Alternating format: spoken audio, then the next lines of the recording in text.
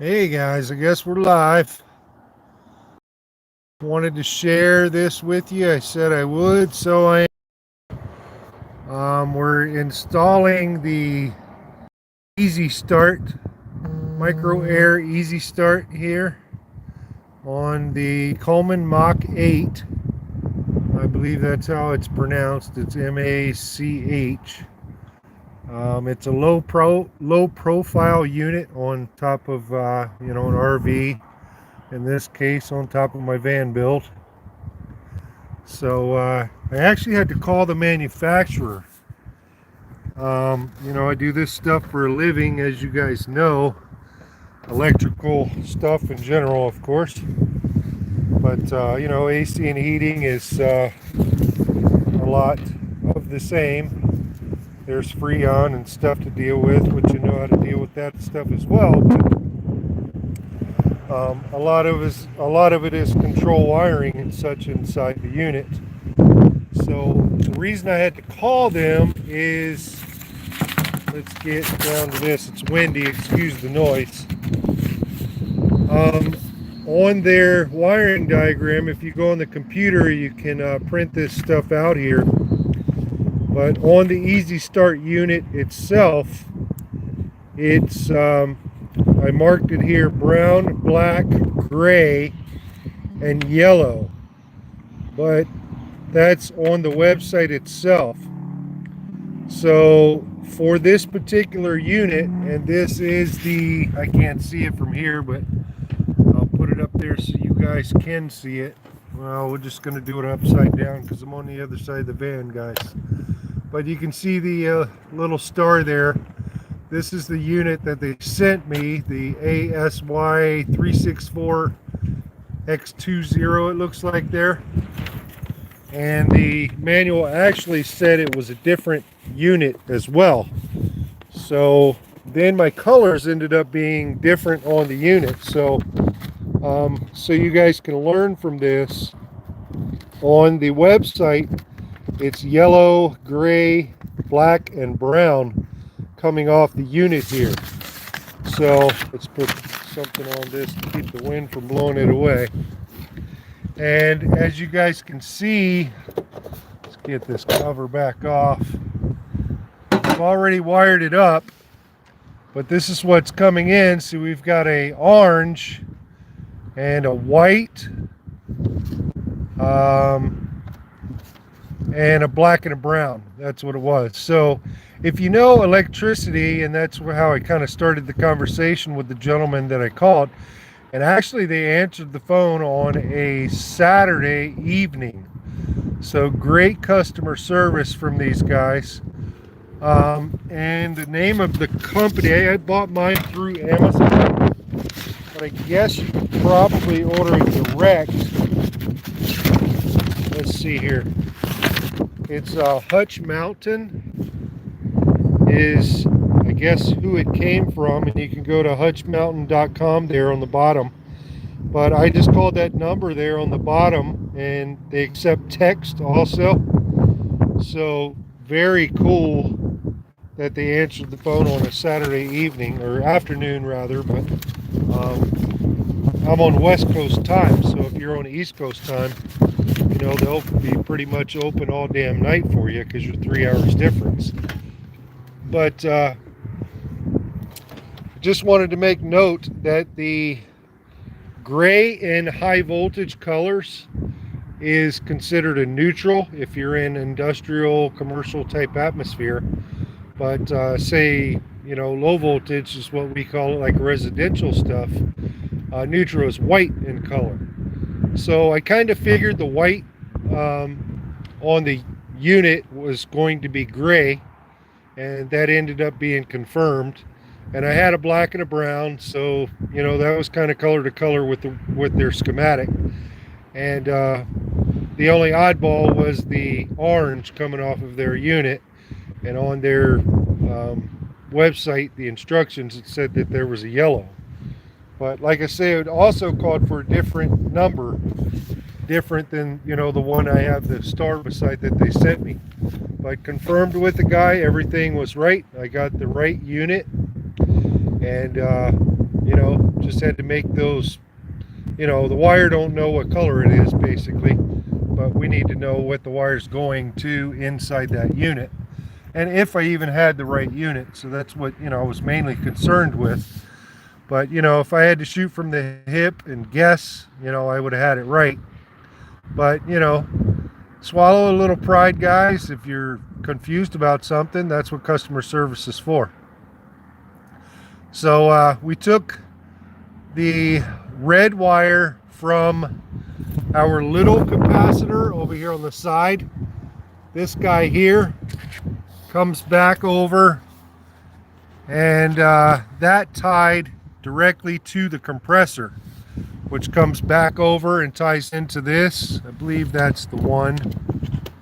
Let's confirm that real quick. Yeah, that's the one that goes up to the little compressor. So that came off of the little, what do they call it? It's a little device, had to be removed. The wind has probably slung it across the yard. This is a horrible day. Oh, here it is. This little guy here had to come out, and those two needed to be spliced together. And I'll give you the name of it. It's on this paperwork. It is, where is it? Oh, I'm upside down. That doesn't help. That would be this guy here. They call it a PTC. So that had to be removed out of the equation. And if you follow that back over, actually I'm on the wrong part, I believe. Trying to do all this, looking through a bifocal in the wind on the top of a van. I should have probably did the video afterwards, but I wanted to kind of show you, you know, what I did. And not to mention it's freezing cold over here too. It's getting to be winter time. So here's our brown. That went up to, it's easier for me to just look at the schematic. That goes to the white up here on the big capacitor. And then this would be our black. So that black came in and tied right to the board, guys. That's PUR, which stands for purple. So there's our mess of purple wire. Here it's two blacks. Well, actually he said two purples when I talked to him on the phone, but I said there's two blacks and a purple. So we just tied that guy right into that board. There was three in there and we tied that one in. So that takes care of that guy. The gray is actually a white wire, as I said, that comes off of that. And it looks like, where did I tie that? That tied to the board where we pulled off the one that goes up to the big, oh Jesus, tongue twisted here, capacitor. The white that goes to the big capacitor. So that one comes off, hence why they have an X there. So we pull that off, and then we tie that brown to that wire that goes up to the big capacitor. And then our gray comes in and ties to the board, straight to, you know, where that wire came loose. That takes care of that one. And then our yellow, which is orange in the kit, that's where this comes apart here, guys.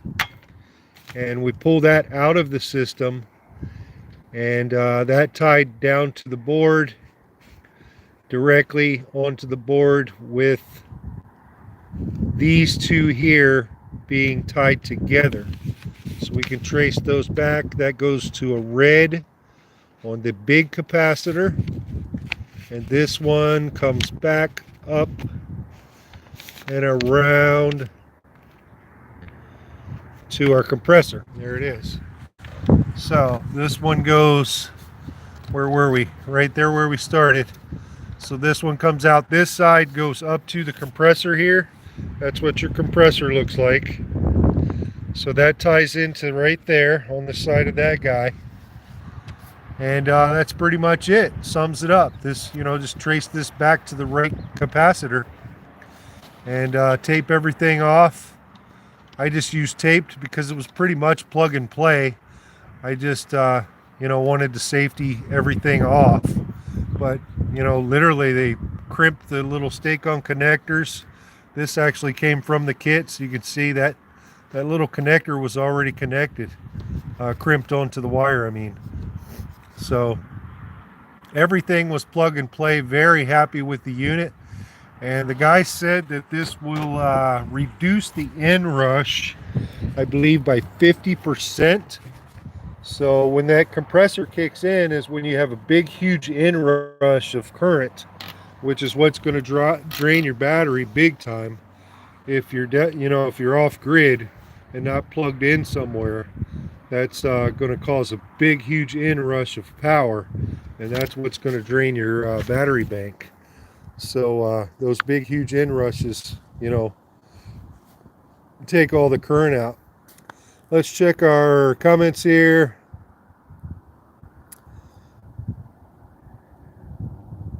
Propane for those who are pros at throwing paint around. Lucky, should already be winter time here, but it's still somehow late summer. Yeah, I'm up north, Ed, Reno, Nevada. It's the opposite side of Vegas. A lot of people don't even know where Nevada is, but Nevada's a huge state. It's kind of like California, and it's way up on the north side. So we're getting some snow up in the mountains. My elevation is around 4,000 feet. Reno is closer to 5. I'm outside of Reno, but up around 6,000, there's snow up in the mountains for sure. We are supposed to really drop down and get cold this coming week, so it's probably going to be into the teens and such. Propane for those who are pros at throwing paint around. I'm not sure what you mean by that, brother. I've got propane on this unit as well. This is for AC unit. It's not a heater. I have a diesel fired heater because it's more economical, but I do have propane just for cooking because I can't stand cooking on electric. So I did install a underbelly type of propane tank under there just for cooking. So I have a gas-fired stove and oven.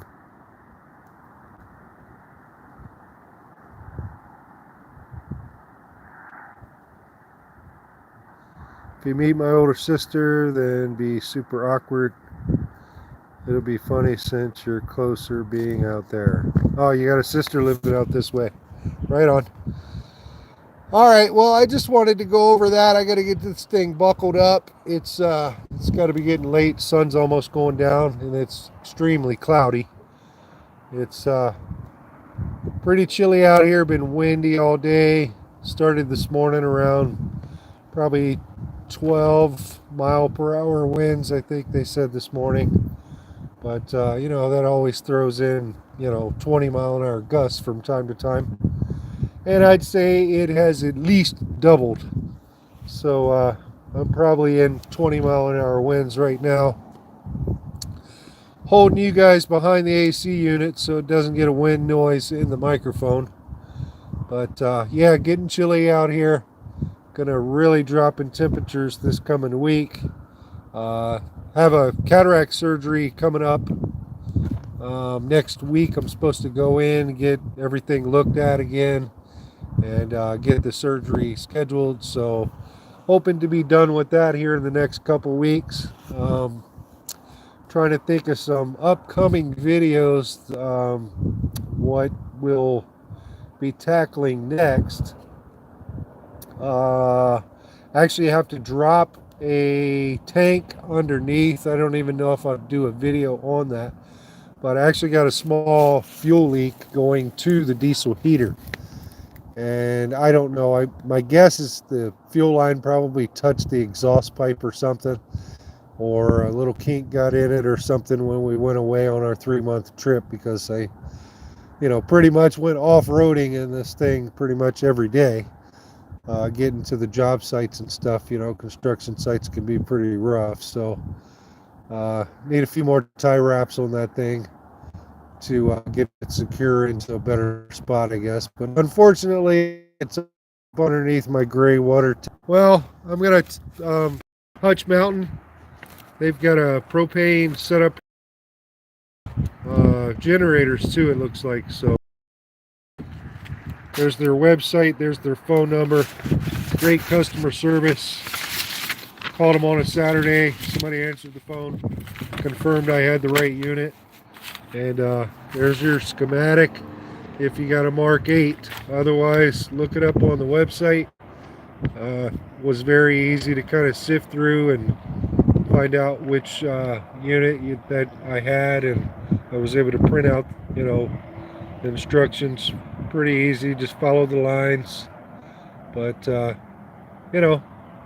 if you're not sure, call the guy up. He was, straightforward and willing to help.